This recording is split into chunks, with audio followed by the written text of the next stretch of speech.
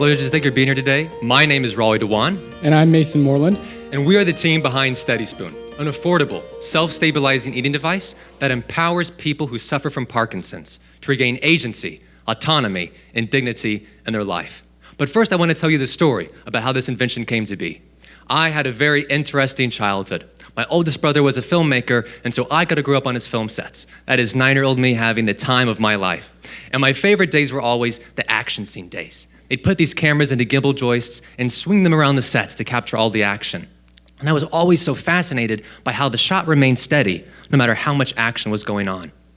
And later on in life, my grandmother there developed Parkinson's and began to experience debilitating hand tremors. So bad she could no longer feed herself, and it made me angry.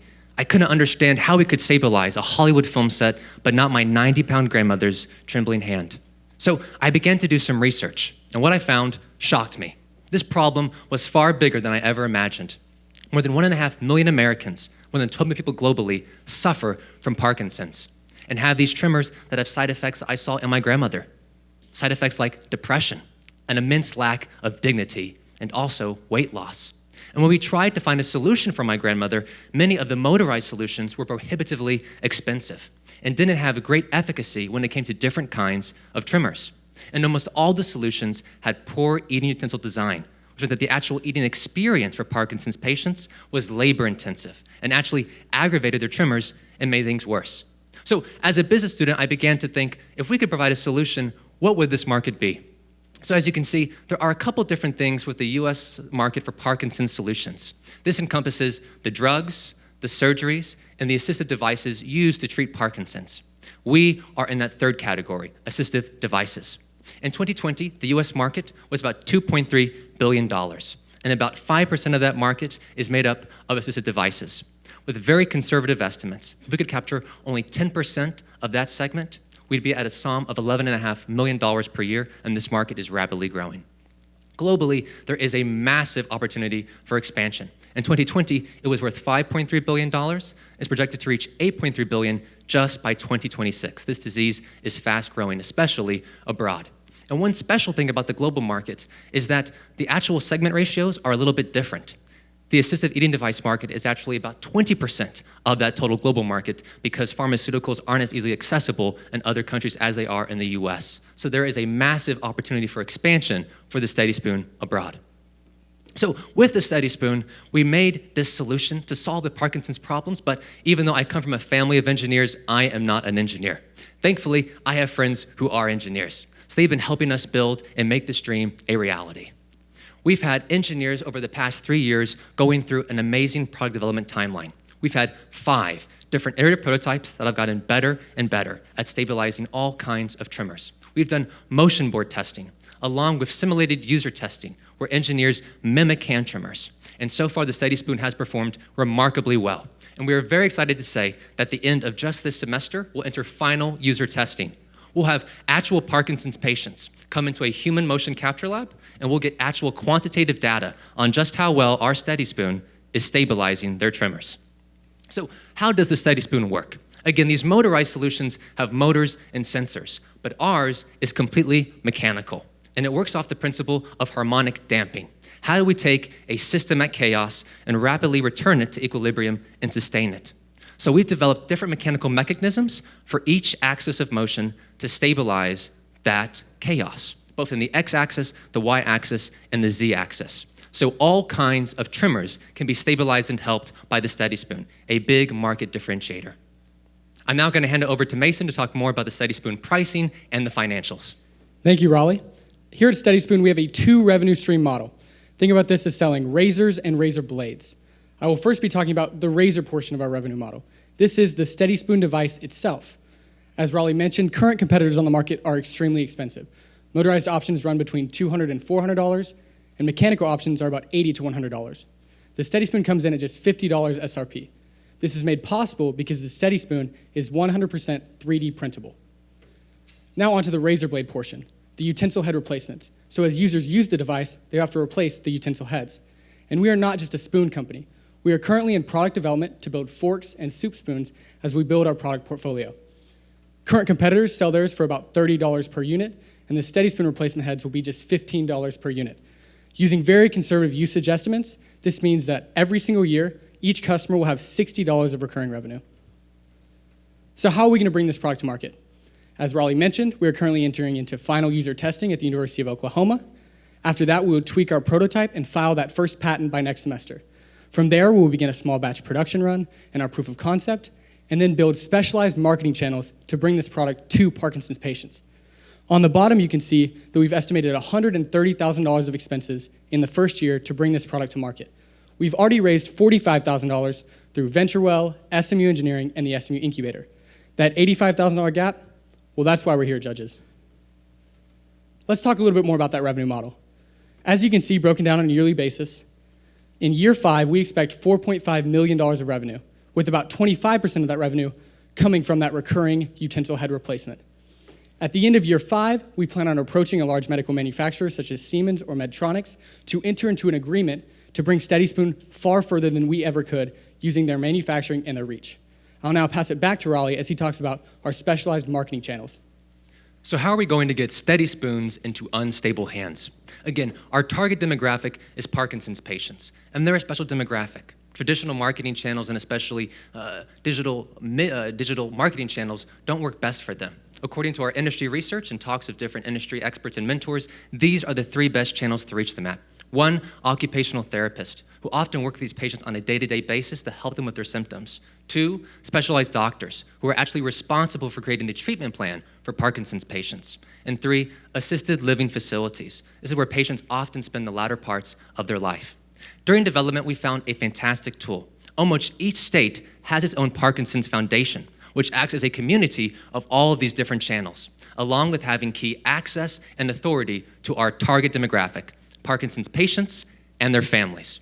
We plan on creating strong, synergistic relationships with these Parkinson's foundations as we can help their members along with gaining key access to our target demographic by sponsoring different events and things of that nature. I want to talk a little bit about the SteadiSpoon team. You've met me and Mason today. Again, my name is Raleigh Dewan. I am the founder and president. I am a junior majoring in marketing and creative writing. And I'm Mason Moreland. I'm the VP of Operations. I'm currently a sophomore majoring in accounting and English. If you remember, I talked about that team of student biomedical engineers. They're the best. They're at the University of Oklahoma and the Johns Hopkins University. And the best part about them, they're doing all of this for free because they're getting class credit and building their engineering portfolio. Now, I also want to talk about SMU's Heart Center for Engineering and Innovation. They have been a fantastic supporter for us and vital to our success. I now want to highlight our advisory board, starting with my father, who is an IP attorney and has been very helpful throughout this entire process for securing our IP. Next, Abba Devine, who runs a patent troll firm and has immense industry experience when it comes to leveraging IP for business deals and solutions. Next, Dana Sellers, the former president of a massive medical consulting firm who's been helping us better understand how to operate and sell in the medical and medical-related areas. Next, Dr. Bruce Ganay, who runs the Heart Center and has over 190 patents, many of which are in the medical device field. Ending with Bruce Snyder. He was the chief product engineer at Raytheon for over 40 years. He is my personal mentor and has been instrumental at every single step of the design process. Judges, thank you so much for listening to us talk about the SteadiSpoon. We hope you have seen the massive problem that exists for Parkinson's patients. We hope you have seen the massive market potential for a solution. And we hope you see that the SteadiSpoon is that solution. So please, join us, support us, and help us empower people who suffer from Parkinson's to regain agency, autonomy, and dignity in their lives. Thank you. Thank you, gentlemen. SteadiSpoon from Southern Methodist University. Judges, the floor is yours for questions. So as we start Q&A, Raleigh is bringing you a 3D render of the SteadiSpoon that you can actually manipulate on his iPad, see how it looks from all different angles. And then while you're looking at that, if you don't have the iPad, here's just an example of how debilitating hand tremors can be while trying to feed yourself. If you haven't had experience with family members who have actually experienced Parkinson's and that challenge. So thank you. Great presentation. Very well put together. I happen to be a biomedical engineer, so I'm wondering if you could actually talk a little bit more about the technology, how it works, and are there other applications in order to scale your business? Sure. So we haven't yet filed our patent, and so my father, my IP attorney, said I need to be a little bit careful about what I can say. But again, the real principle is harmonic damping. And in the actual utensil, we have 3 different mechanisms, one for each axis. And so you can kind of see on the back there is a little bit of a counterweight. And so we're using different mechanical mechanisms to actually stabilize each kind of tremor. And in terms of the exciting applications in other areas, at first we thought this could be for Parkinson's patients, which is a big but still fairly small market worldwide.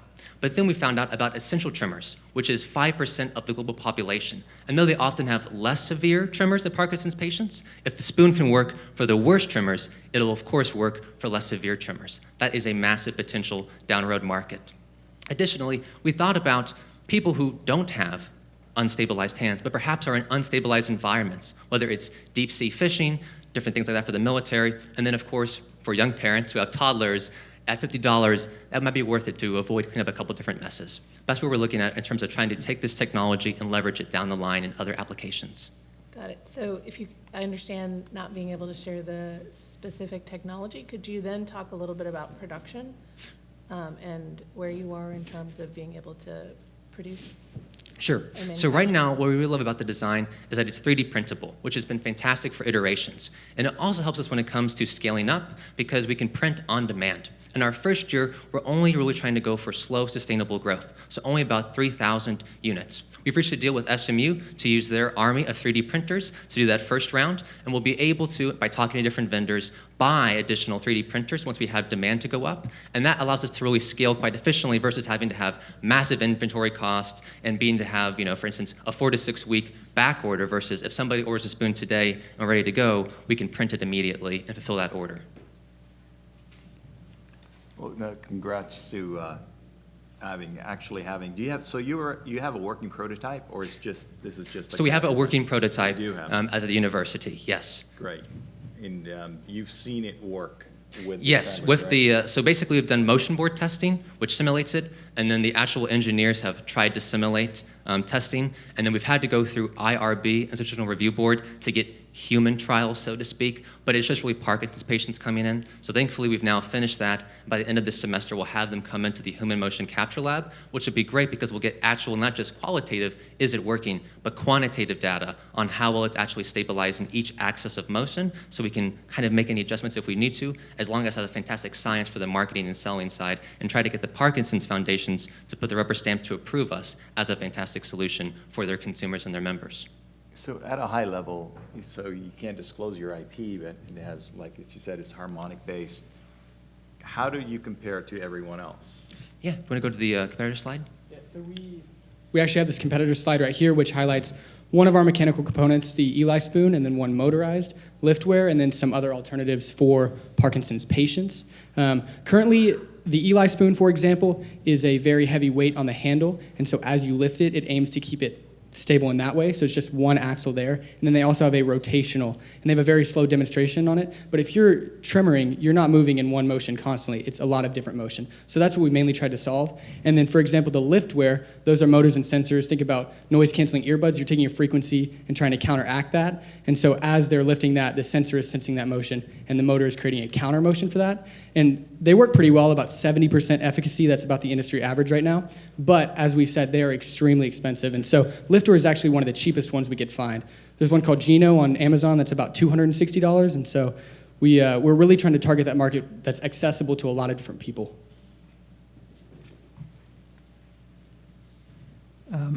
Congratulations, and I applaud what you guys are trying to accomplish.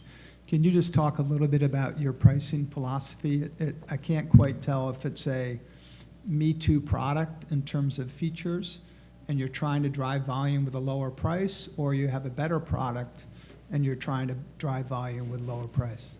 Sure, and one thing we were trying to do is actually look at doing a consumer pricing study. We did a fantastic consumer pain point study, and basically 98% of the respondents said that they could afford a $50 to $80 eating device. So we started off by saying, how could we capture the most amount of market? And because, like Mason talked about, we're really trying to sell those replacements. That is the biggest LTV of the lifetime of the patient, because they'll be purchasing those every single year versus a one-time utensil fee, essentially. And so our philosophy is really, how can we get this in the most people's hands? And how could we really help the most people? And with this revenue model, we're still able to do well by doing well.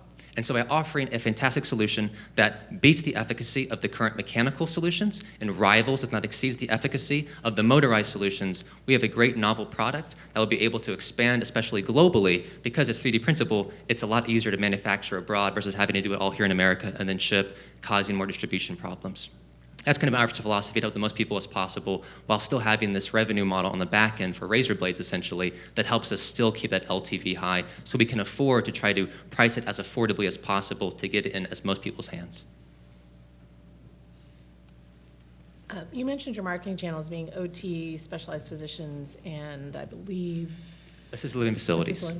Can you talk a little bit more from a marketing plan standpoint of how you plan to reach these different channels? Sure. They're very diverse. So we're working right now with a marketing agency, and so really for occupational therapists, there are tons of fantastic conferences that these societies kind of offer, and so we're planning to go to a couple of them. One happens to be in Dallas this year, to kind of talk to different occupational therapists about what our device offers them, because they're really trying to help their patients. And we've also kind of thought about maybe doing an ambassador program down the line, so if they wanted to try to, perhaps get 10% off the top, essentially, by selling these to their different patients, we could do that. But these different conferences are a fantastic way to reach occupational therapists. And then in terms of specialized doctors, we're trying to work with the different conferences, too, for Parkinson's treatment, along with focusing first in Dallas specifically to find Dallas Parkinson's doctors, and then kind of expanding nationally from there and finding those big foundations and trying to find kind of who is the perhaps celebrity doctor when it comes to Parkinson's, getting their influence and using that to kind of trickle down.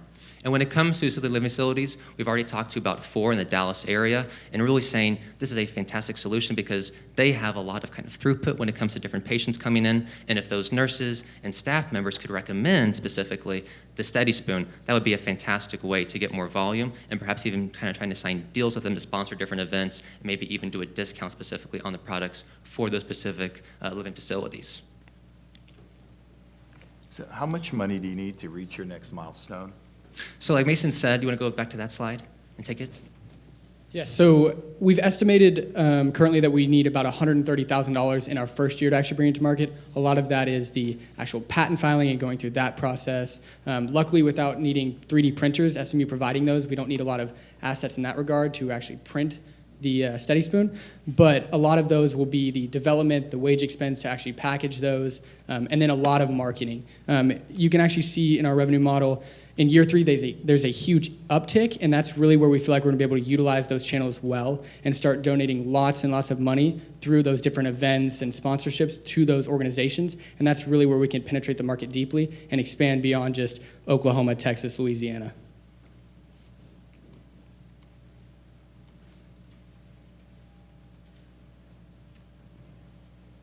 Any other final questions, judges?